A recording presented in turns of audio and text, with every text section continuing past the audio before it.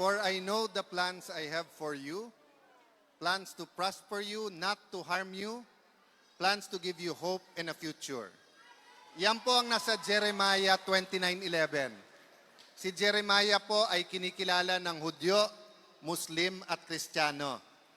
Ang mensahe po niya, kahit anong bigat ng ating inaharap, may planong maganda ang Panginoon sa atin. Tama po ba? At napansin niyo po yung dulo, plano ng pag-asa at kinabukasan. Meron po bang kinabukasan, mga taga-Malapatan? Mayor, maganda ba ang inyong kinabukasan? Mayora, pakisabi sa katabi mo, maganda plano ni Lord sa iyo. Diba? So, alam niyo po, nung nagkalinog, pwede ako mag-practice magbisaya. So, nakipagstoryahan si Kong Carol sa ako. Ang pangutana ko sa kanya, unsa ang kinahanglan ng mga taga Sarangani? Unsang tabang? Ang sabi niya, dili na kinahanglan ng tabang, adto lang kayo doon. No? Eh sabi ko, adto ko doon, wala man lang dala. Sabi niya, dalhin mo si Robin. Kaya nagpapasalamat ako sa ating kapatid, napaka-busy nito.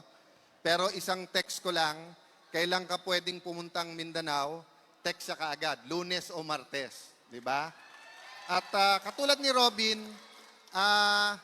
ang dami naming gustong sabihin sa inyo, pero hindi ito panahon ng salita.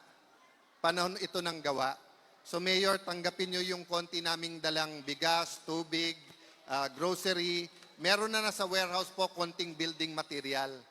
Pero katulad din po ng kay Mayor Victor James kanina, hindi natin masasabay-sabay, di ba? At kung sabay-sabay yung materialis at tulong, hindi matatapos yung mga bahay. So parang una-una, pero nagko-commit kami sa inyo, linggo-linggo magpapadala kami ng tulong hanggang matapos po, no? Si Senator Bato, may problema, pero nagpadala pa rin ng tulong. Si Senator Jinggoy, nanindigan. Ayaw niya na ang Senado ay maging dependent sa Malacanang. Nakakulong, pero nagpapadala pa rin siya ng tulong. Di ba? So ano pa yung mga kasamahan namin? Di ba? Kaya kami nandito, gusto namin i-commit sa inyo 3 R. Relief na dala natin ngayon at sa susunod na mga araw. Pero mas importante, rehabilitation, di ba? Recovery. At pangatlo, we have 100% authority na mangulit sa amin every week, no? Kung ano ang aming matutulong. So, pwede ba kaming magbalik-balik? God bless you. Sabihin nyo ulit sa inyong katabi nyo, maganda plano ni Lord sa inyo. Siguro last message ko sa inyo, ang bata, hindi sinusunod ang sinasabi natin. Ang bata, sinusunod yung ginagawa natin. Di ba?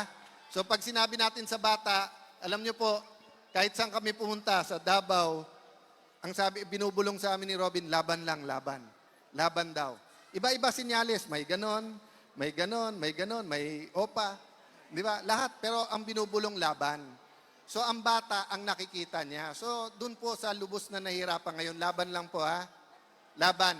Para makita po ng mga anak ng Malapan na kayo po ay titindig, kayo ay babangon at lalong gaganda ang inyong lugar. God bless you po.